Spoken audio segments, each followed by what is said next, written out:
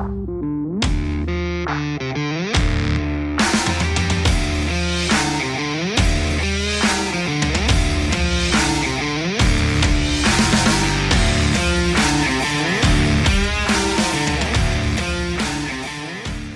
guys, it's Junior. Welcome back to my channel here at Horsepower Warehouse. Since the last time we've met, we've been getting a ton done back here in the shop. So let's dive right into it and see what's been going on these last couple weeks. We'll start on the right and make our way left.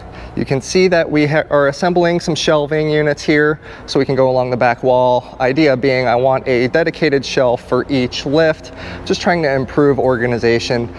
Me and Sean, I mean the group are really good at our jobs back here, but and I have people come through all the time and tell me the shop looks great. To me, I would prefer a dedicated system for storage of the parts. I feel like we could improve there, so we are going to. So that's the shelving here. We can see the rotisserie is still being used for our split window saddle car.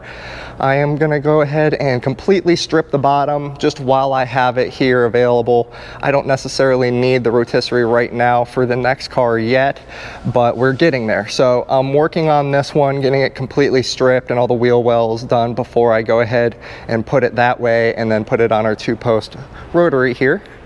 You can see the 67 coupe white car is still waiting for its chassis to be completed. This door is actually not for this car. I'll get to that in a second, but once we get chassis work done with this one, I will continue stripping this car and then we will go ahead and get it to basically this point where it's ready for paint. 64 convertible here is still waiting for some parts to come in, and I still have a little bit more work to go before this old girl is going to be ready for paint. A lot of work involved in getting this one to our specs. I've been bouncing ideas and going back and forth with my painter about, you know, how he wants me to accomplish my end of the job so that we can achieve what I'm about to show you. So I go for perfection and nothing less on all my builds, so this one is going to take a little bit more work than my traditional builds, but yeah, that one's coming along. We have a door here. You'll notice this is a coupe door, and you would think it was to this car, but nope, there's the passenger side door for this. Check this bad boy out. This is just a sneak peek. I'm gonna have to look through the viewfinder here so I can show you guys. This is the difference between a painter that is just trying to put white on a car and a painter that puts his heart into it. This is unheard of for a fiberglass door. Let me try and catch a reflection for you guys.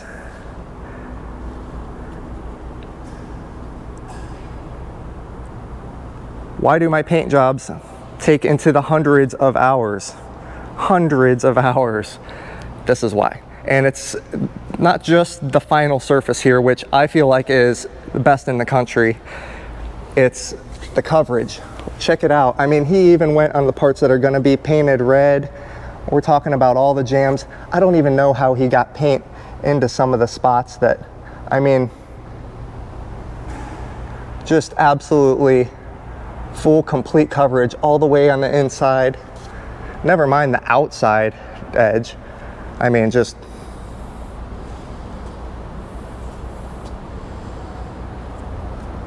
that is pride in your work, guys. That's the difference in between a painter that loves what he does and has been doing it for decades and a guy that is just doing work to get it out of the door. It's pretty crazy, the difference. And even on the best of cars, I mean, the difference is substantial. I'll show you. I'm not about holding secrets around here. This car, actually, you'll notice this one body down on the chassis, 67 green. This one I'm really excited about, as is my painter, because we're gonna do a complete paint job on this one. But man, this color with the metallic is just, it's crazy. It's awesome on this car. I love with the interior combination. It just really suits the car. but the paint just wasn't there. We could wet sand and buff it, but there are some pimples coming through, solvent pop. The headlights are not to our specs, and not nearly. Same thing with door fitment, deck lid alignment and fitment. It left a little bit to be desired, so that's where we specialize. We make this all next level. I'm not even going to say make it back to factory, because we are so much beyond that. I strive to get the points deducted off of my cars for, you know, distinctness of image or whatever you want to call it. I want my stuff to look distinctly better. That's my whole objective here. So what we need to do before this car goes off to paint, I need to rebuild the headlights. We're going to rebuild all the pivot balls, make sure everything is real nice and tight. We're going to put new hood hinges on it. You can see these are loose, so these aren't going to fly for paint. Same thing with the door hinges. We're going to rebuild all the pins and bushings in the doors. I'll go ahead and open it up. Sometimes you will find that these springs that actually hold the door open are broken. So just like on the Bloomington car, it had 2 broken springs on the driver's side. So I had to go ahead and things like, now I'm not slamming this guy's car, obviously, you know, I love this build and how far it's come. And if he had opted not to do the paint, you know, that's his decision. We would have wet sanded and buffed this car and got it really, really a lot better than what you guys see here. But there are things like the door jambs. It looks like it was rhino lined or something of that effect. I mean, or rocker guard. I mean, whatever you want to call it. That finish is just, you'll see. I'm not going to spoil the surprise, but it's gonna be different, I can assure you guys. So very, very excited to have this one go off the paint. I mean, just imagine this level of paint job.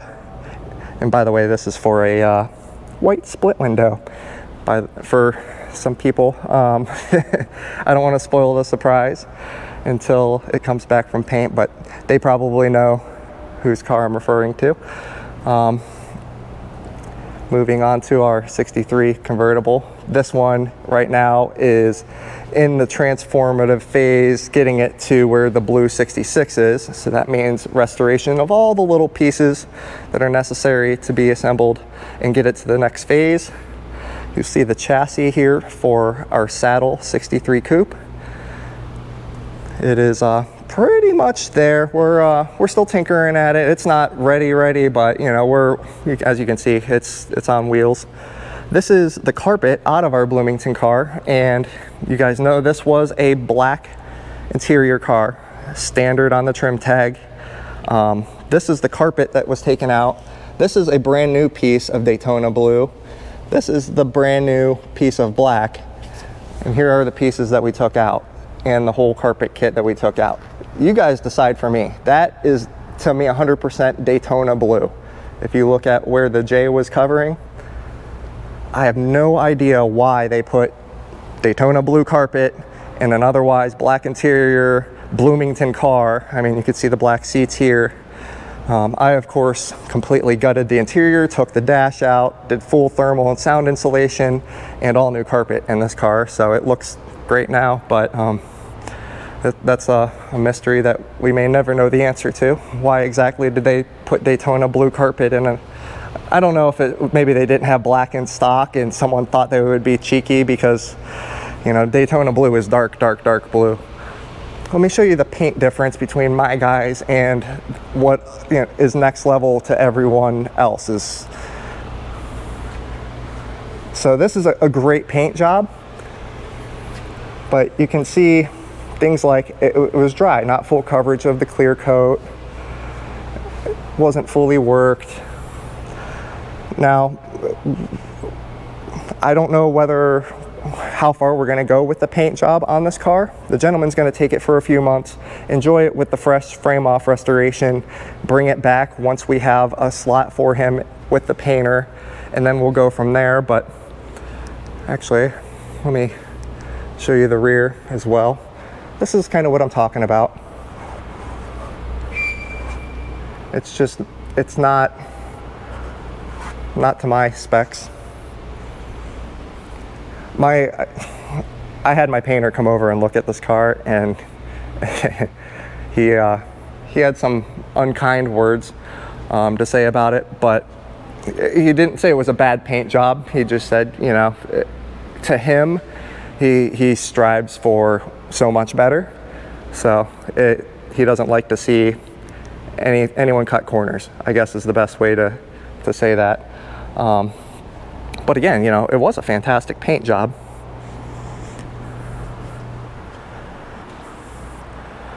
I'm going to break out my stripe diagram and make sure that the stripes are the correct width. I suspect that they were not, but that is neither here nor there. Let's make our way through. I want to show you guys something and not neglect all the cars that we've got through here.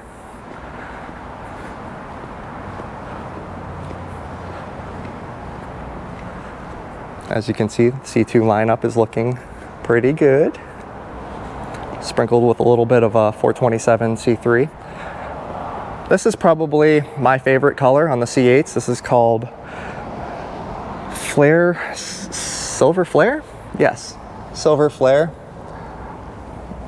It's incredible. It has like a gold pearlescent metallic. I would love to do a resto mod in this color.